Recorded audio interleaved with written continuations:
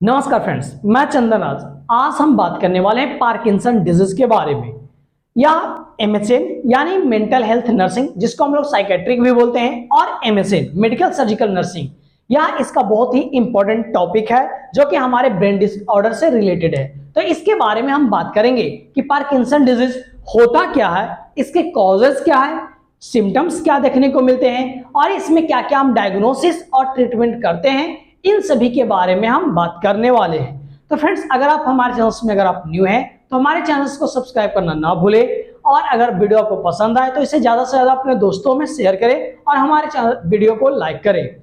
बात करते हैं पार्किंसन डिजीज होता क्या है। यह ब्रेन डिसऑर्डर है जिसमें जो हमारा नर्व्स है वो डैमेज होने लगता है, जिसके कारण से अनकंट्रोल बिहेवियर देखने को मिलता है, सैकिंग होने लगता है, हाथ पूरे कांपने लगते हैं, स्टिफनेस, ये सभी देखने को मिलता है। तो चले फ्रेंड्स, इंट्रोडक्शन से एंड देन बात करेंगे डिफिनेशन के बारे में।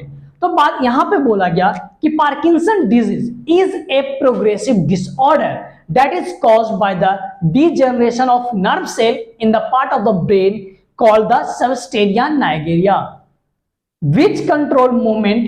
The nerves cell die and impaired, losing their ability to produce an important chemical called dopamine.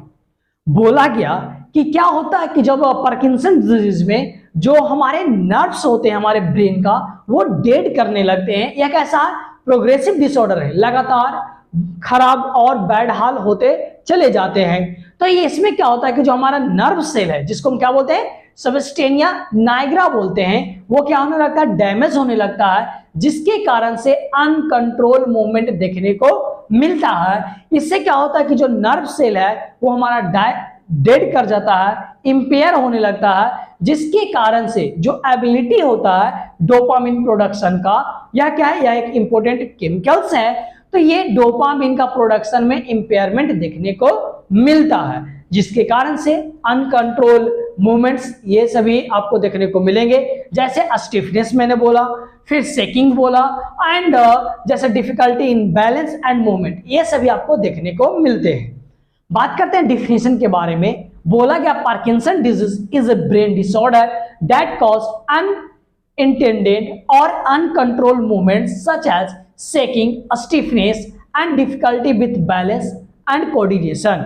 बोला गया पार्किंसन डिजीज यह एक ब्रेन डिसऑर्डर है जिसमें जो हमारा ब्रेन का जो नर्व सेल्स हैं वो डेड करने लगते हैं, जिसके कारण से अनकंट्रोल मूवमेंट देखने को मिलता है, जैसे शेकिंग हो गया, स्टिफनेस हो गया, डिफिकल्टी इन बैलेंस और कोऑर्डिनेशन, ये सारे सिम्टम्स देखने को मिलेंगे।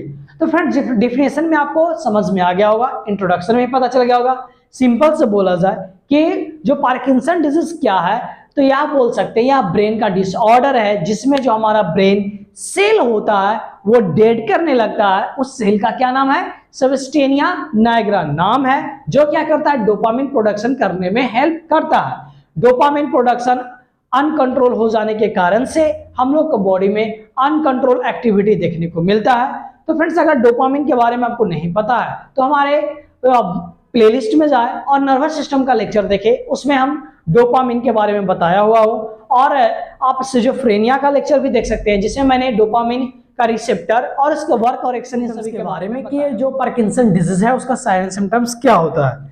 सबसे पहला, ट्रीमर और the involuntary and rhythmic movement of the hands, arm, leg and jaw.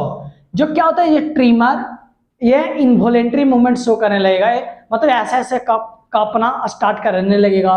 क्या क्या चीज, तो आपका जो हैंड्स है वो, आर्म्स, लेग और जॉ भी ऐसे ऐसे हिलते रहेगा, अप डाउन करते हुए रहेगा।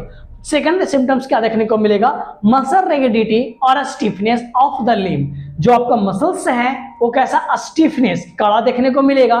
कौन कौन सा, most common in the arm, shoulder and neck. जो आपका आर्म है वो, शोल्डर और नेक, ये पूरा दम कड़ा हो जाएगा, स्टिफ हो जाएगा। बात करते हैं थर्ड सिम्टम्स के बारे में, gradual loss of automatic movements which may leads to decrease blinking, decrease frequency of swallowing. क्या होगा कि जो ग्रेजुअली आपका जो ऑटोमेटिक मूवमेंट्स है वो क्या होने लगेगा, कम होने लगेगा, लॉस होने लगेगा।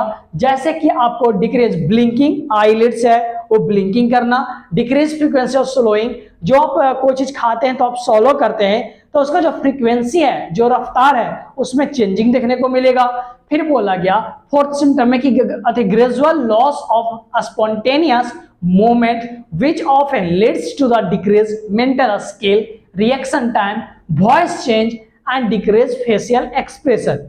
बोला गया कि आपको क्या ग्रेजुअली यानी धीरे धीरे जो आपको स्पॉन्टेनियस मूवमेंट, जैसे कि अगर कोई भी चीज होता है तो उसका रिएक्शन हम शो करते हैं, तो क्या स्पॉन्टेनियस मूवमेंट है, अचानक से जो आप रिएक्शन शो करते हैं तो वो क्या हो जाएगा, ग्रेजुअली धीरे धीरे वो क्या हो जाएगा, खत्म हो जाएगा। जैसे कि कोई भी voice change, decrease the facial जो आपका एक्सप्रेशन है उसमें, या फिर रिएक्शन टाइम, जैसे कोई मारा तो उसके बाद क्या आप तुरंत रिएक्शन नहीं दे रहे हो, कुछ देर के बाद रिएक्शन दे रहे हो, या फिर कोई लाफिंग करवा रहा है लेकिन आप रिएक्शन थोड़ा देर के बाद दे रहे हो, कोई बोल रहा है तो उसका रिएक्शन बाद में दे रहे हो, यानी लेट हो रहा है, तो उस चीज को आप क्या बोलते हैं, gradual loss of spontaneous movements बोलते हैं। एंड बोल गया अनस्टेड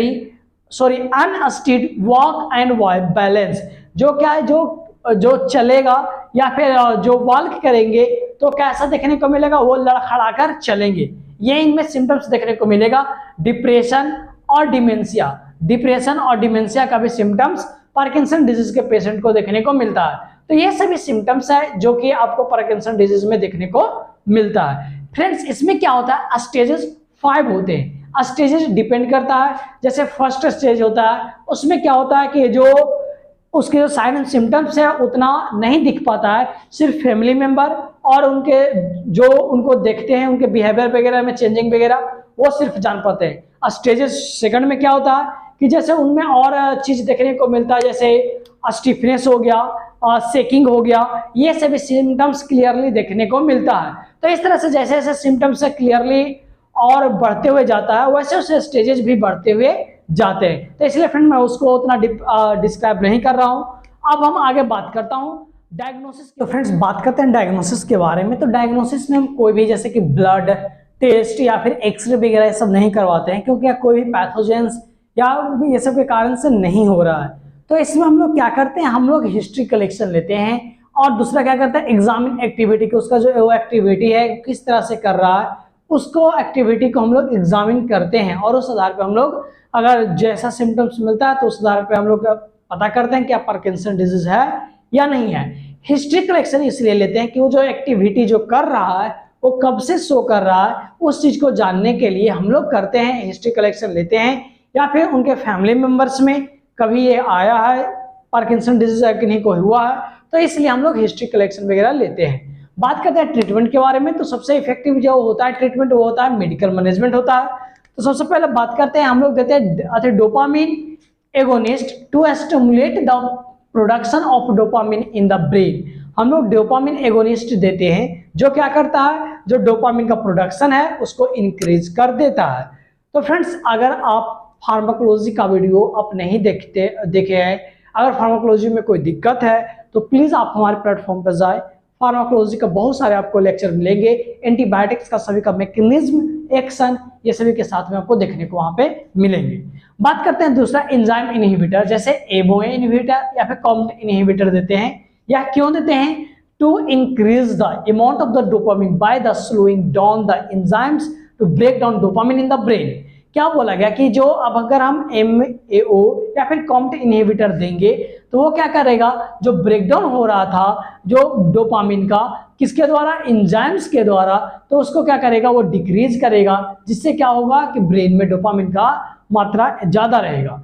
बात करते हैं अमेंटाडाइन के बारे में। यह क्या करता है, रिड्यूस करता है, जो इनवॉलेंट्री मूवमेंट्स जो हो रहे हैं उसको क्या करने का काम करता है, डिक्रीज करने का काम करता है। Anticholinergic drugs to reduce the tremors and muscles rigidity, जो सिम्टम्स में रिजिडिटी या ट्रीमर्स ये सभी देख रहे थे उसको कंट्रोल करने के लिए हम लोग एंटीकोलिनर्जिक ड्रग्स देते हैं।